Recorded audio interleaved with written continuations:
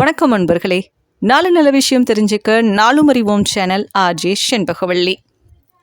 ஆனாத செல்வத்து அரம்பையர்கள் தற்சூழ வானாலும் செல்வமும் மன்னரசும் யான் வேண்டேன். தேனார் பூஞ்சோலை திருவேங்கட சுனையில் மீனாய் பிறக்கும் விதியுடையேன் ஆவேனே என குலசேகர ஆழ்வாரால் மங்களாசாசனம் செய்யப்பட்ட அற்புத தலம் திருப்பதி திருமலை ஏழுமலையான் ஆலய சிறப்புகள் கேட்கலாம்.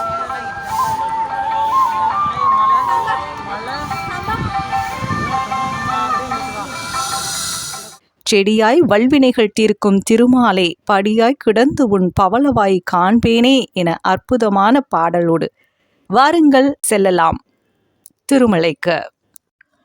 திருமலைக்கு திருப்பதி மலை அடிவாரத்திலிருந்து நடந்து செல்ல 2 பாதைகள் உள்ளன. அலிபிரி திருப்பதிக்கு அருகில் உள்ளது. நெடுநாட்களாக பயன்பாட்டில் தொடர்ந்து இருந்து வருவது. சுமார் 9 கிலோமீட்டர் நீளமுள்ள இந்த மலைப்பாதையில் 5 கோபுரங்களுடன் மொத்தம் 3550 படிக்கட்டுகள் உள்ளன.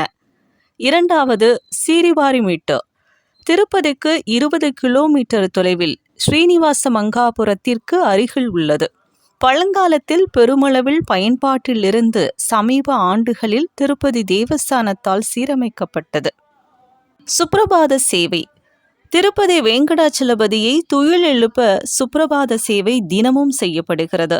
இந்த நிகழ்வின் பொழுது தொட்டிலில் முதல் நாள் இரவு கிடத்தி சென்ற ஸ்ரீனிவாச மூர்த்தியை மூலவருக்கு அருகே வைத்து அபிஷேகங்களும் ஆராதனைகளும் செய்யப்படுகின்றன. திருப்பதி கோவிலில் முதல் பிரகாரம் சம்மங்கி பிரதட்சணம் எனப்படுகிறது.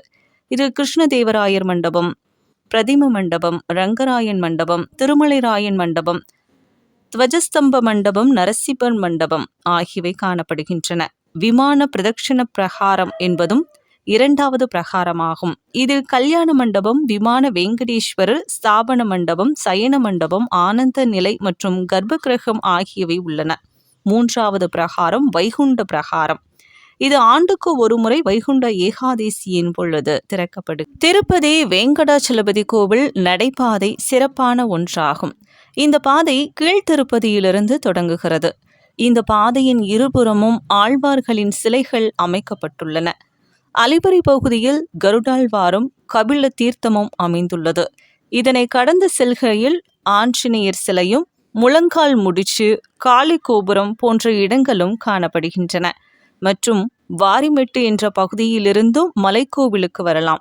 இதுவே ஆதியில் பிரதான வழியாக இருந்தது. சேஷாத்ரி, கருடாத்ரி, நீலாத்ரி, அஞ்சனாத்ரி, விருக்ஷபாத்ரி, நாராயணத்ரி, வெங்கடாத்ரி என்ற 7 மலைகள் சூழ்ந்த இடத்தில் இருப்பதால் இத்தலம் ஏழுமலை என்றும் இத்தலத்தின் மூலவர் ஏழுமலையான் என்றும் அழைக்கப்படுகிறார்.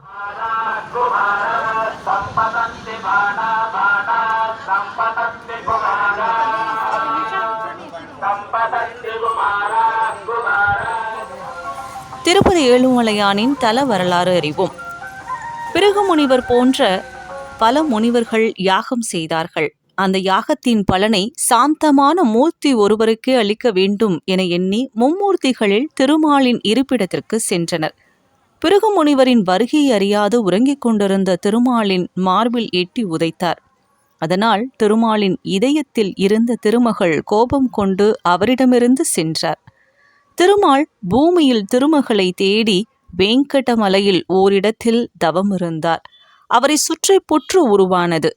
அந்த புற்றில் தவமிருந்த திருமாலின் மீது புற்றினை உடைக்க வீசப்பட்ட கோடரியால் திருமாலின் தலையிலிருந்து இரத்தம் வெளிப்பட்டது. திருமால் தவம் கலைந்து வகுலாதேவி ஆசிரமம் சென்றார். ஸ்ரீனிவாசன் என்ற பெயரிட்டு அங்கு வகுலாதேவி அன்புடன் உபச்சரித்தார்.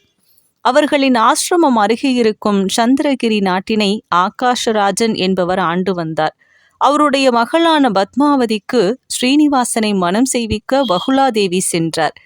இருவரிடையே திருமணமும் மிக சிறப்பாக நடந்தேற ஸ்ரீனிவாசன் குபேரனிடம் கடன் வாங்கினார். திருப்பதி ஏழுமலையான் கோவில் ஆழ்வார்களால் மங்களாசாசனம் செய்யப்பட்ட 108 வைணவ திவ்ய தேசங்களில் ஒன்றாகும். உற்சவர் மலையப்ப சுவாமி, கல்யாண வெங்கடேஸ்வரர், தாயார் பத்மாவதி தாயார். இந்த ஆலயத்தின் தலவிருட்சம் புளியமரம். தீர்த்தம் சுவாமி புஷ்கரணி. வைகாசன ஆகம விதிகளின்படி பூஜைகள் நடத்தப்படும். வேங்கடாத்ரி மலை 3200 அடி உயரம் கொண்டது. இந்த தலத்தில் லட்டு பிரசாதமாக வழங்கப்படுகிறது. இந்த லட்டுக்கு புவிசார் குறியீடும் வழங்கப்பட்டுள்ளது. இந்த கோவில் 3 பிரகாரங்களையும் ராஜகோபுரத்தினையும் கொண்டது. பிரம்மோற்சவம் 9 நாட்கள் சிறப்பாக நடைபெறுகிறது. இந்த விழாவினை பிரம்மா முதலாக நடத்தினார் என்பதால் பிரம்மோற்சவம் என்ற பெயர் பெற்றது. நன்றி.